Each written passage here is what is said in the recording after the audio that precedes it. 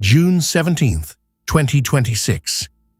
Inside the office of the Director of National Intelligence, representatives from across the intelligence community and Department of Defense take their seats for a meeting with no modern precedent.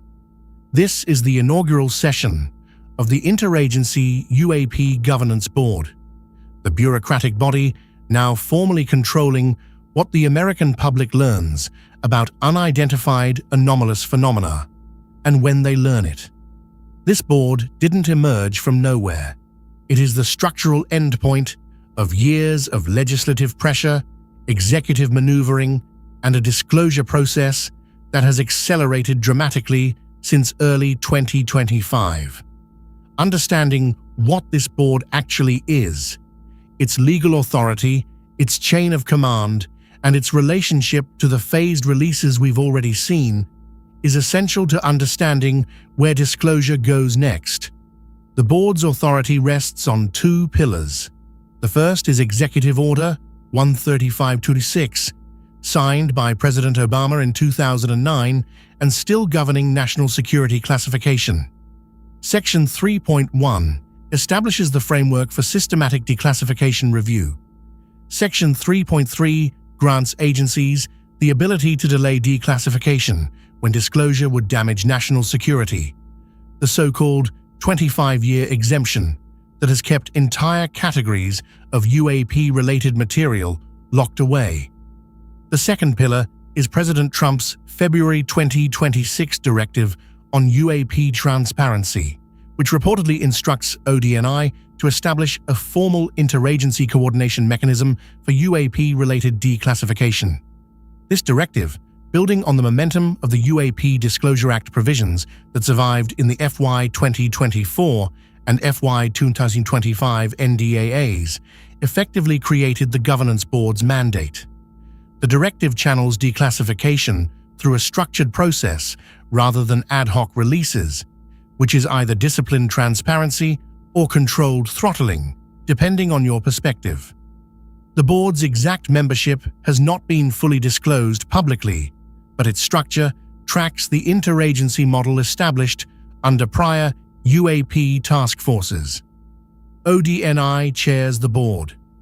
The Department of Defense, specifically the Office of the Under-Secretary of Defense for Intelligence and Security, holds a seat, as does the CIA, NSA, NRO, DIA, and critically, the Department of Energy, whose involvement signals continued sensitivity around nuclear-adjacent UAP encounters. NASA's inclusion reflects its expanding role since the 2023 independent study. AARO, the All-Domain Anomaly Resolution Office, does not sit on the board as a peer. It reports to it. This distinction matters enormously. AARO, under Director Jon Kosloski, since mid-2024, generates the analysis and prepares materials for potential release. But the Governance Board decides what actually gets declassified. AARO proposes, the board disposes. Here is the structural tension at the heart of this architecture. Under Executive Order 13526, any agency with equity in a classified document can object to its declassification. In practice, this means the CIA can block release of material involving its collection methods. The NRO can block anything revealing satellite capabilities. The NSA can block signals, intelligence-derived data. The DOE can invoke restricted data protections under the Atomic Energy Act, which operates outside the normal classification system entirely. This is consensus-based governance applied to disclosure. A single agency's objection doesn't necessarily kill a release, but it triggers review processes that can delay material indefinitely. Critics, including some congressional staffers involved in drafting the UAP Disclosure Act, have argued this structure essentially grants each member agency veto power, replicating the exact institutional resistance that necessitated congressional intervention in the first place. The board's first official meeting came after 3 sequential document releases that reveal the emerging architecture of managed disclosure. On May 8th, AARO published its updated assessment expanding on the 2024 historical review, acknowledging for the first time several previously classified sensor encounters from the 2010s. On May 22nd, a second tranche included partially declassified technical analyses of materials reportedly recovered from UAP-related sites, though with heavy redactions around origin and provenance. And on June 12th, just 5 days before the board's inaugural meeting, a third release included cockpit audio and multi-sensor data from a 2021 Pacific Fleet encounter. The cadence is deliberate, each release slightly more significant than the last, each calibrated to gauge public and media reaction before escalating. Congressional reaction has been divided. Senator Kirsten Gillibrand, who co-authored the UAP Disclosure Act language, called the board a necessary step toward institutional accountability in a June statement. But Representatives Tim Burchett and Anna Paulina Luna have been sharply critical, arguing the board formalizes intelligence community control over a process that Congress intended to be independent.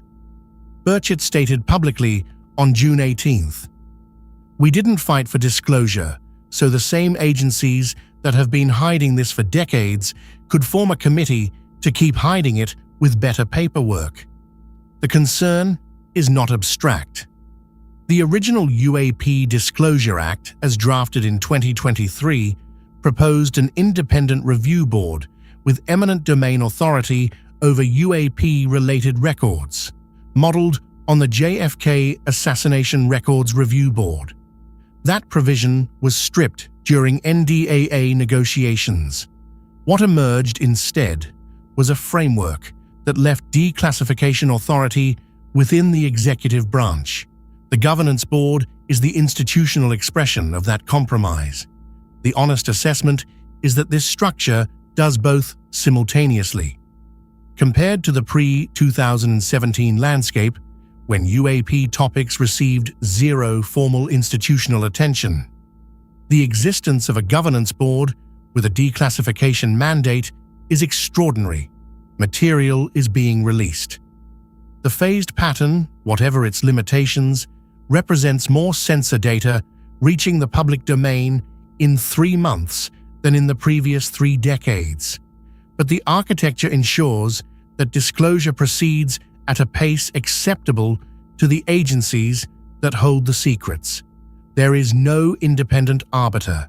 There is no mechanism for Congress or the public to compel release over agency objections without returning to the legislative process. The board is a valve, and the agencies holding the most sensitive material also control the valve's aperture. The governance board is reportedly scheduled to meet quarterly, with working-level sessions more frequently. The next major milestone is AARO's congressionally mandated annual report, due later this year, which will be the first produced under the board's oversight framework. Whether that report contains substantively more than its predecessors, which whistleblower David Grush and congressional allies criticized as incomplete, will be the first real test of whether this structure enables or constrains transparency. What is clear is that disclosure is no longer a question of if. It is a question of architecture, of who controls the pace, the sequence, and the framing. The UAP Governance Board is now the institutional answer to that question. Whether it is the right answer depends entirely on what emerges from behind those closed doors, and how it compares to what Congress and whistleblowers say is still being withheld. The structure is built, the valve is installed. Now we watch what flows through it.